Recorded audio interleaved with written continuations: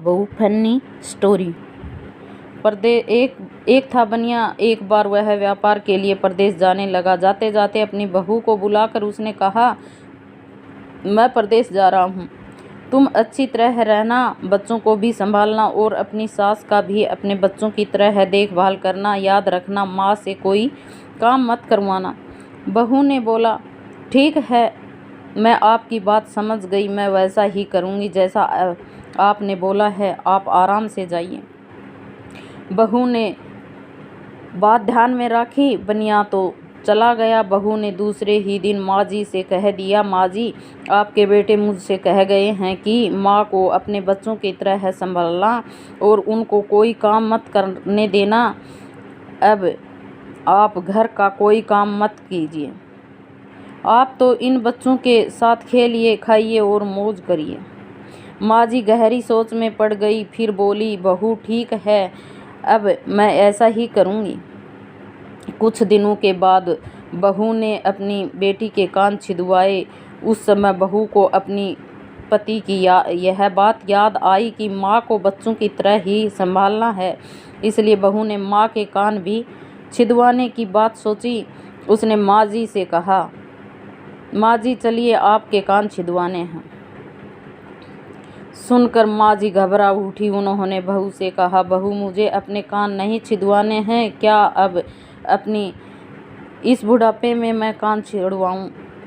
बहू बोली, जी नहीं माँ जी, आपको तो यह करना ही होगा। मैं नहीं चाहती कि आपका बेटा मुझे कुछ कहे, इसलिए आपको मैं अच्छे से देखभाल करूँगी। मेरे दोनों आंखें बराबर हैं, जैसी लड़की है वैसी ही आप भी हैं।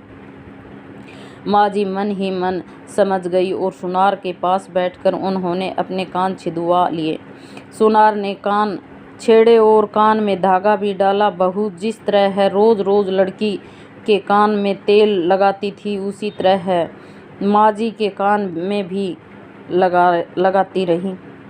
थोड़े दिनों बाद बहू ने अपनी बेटी के लिए बाली बनवाई तो उसे अपनी पति की बात फिर याद आई।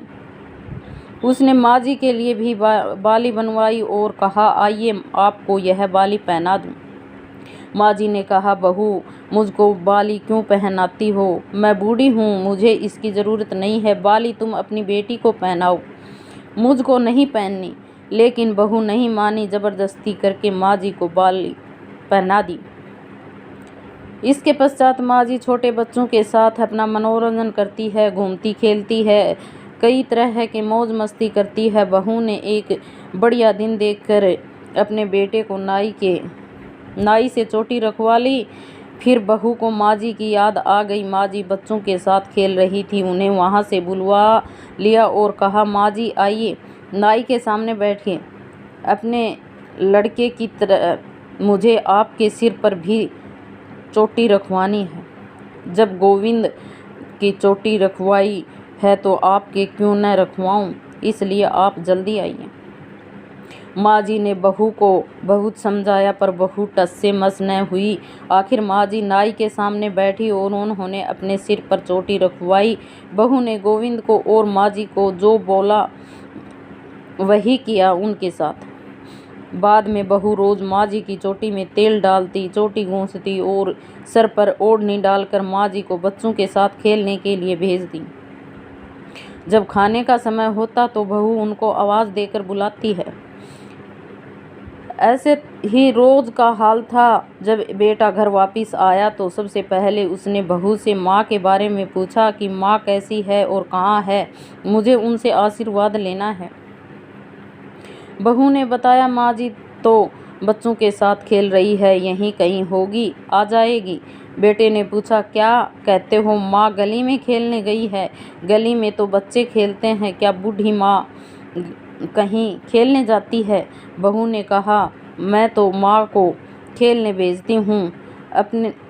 आपने कहा नहीं था कि माँ को बच्चों की तरह रखना? मैंने तो लड़की की तरह ही माँ के भी कान छिदवाए हैं और कानों में बालियाँ पहनाई हैं। जब लड़के की चोटी रखवाई तो मैंने माँ की भी चोटी रखवा ली थी। जब मैं सबको खेलने भेजती हूँ तो माँ को भी क्यों न भेजूँ? मुझको सबके साथ साथ एक जैसा व्यवहार करना चाहिए। पति समझ गया कि उसकी मूर्ख स्त्री की अकल का दिवाला निकल गया है। बाद में पति के कहने पर बहू ने माँ को पुकारा। माँ जी गली में से खेलती खेलती आई और अपने बेटे को देखकर उसकी आंखों में आंसू छलछला आए। माँ की हालात देखकर बेटा भी दुखी हो उठा। बहू की मूर्खता के लिए बेटे ने माँ से माफ़ी मांगी और बहू को बड़ी उल्टी सीधी सुनाई। तो यह कहानी आपको कैसी लगी? पसंद आई हो तो कमेंट करके ज़रूर बताना।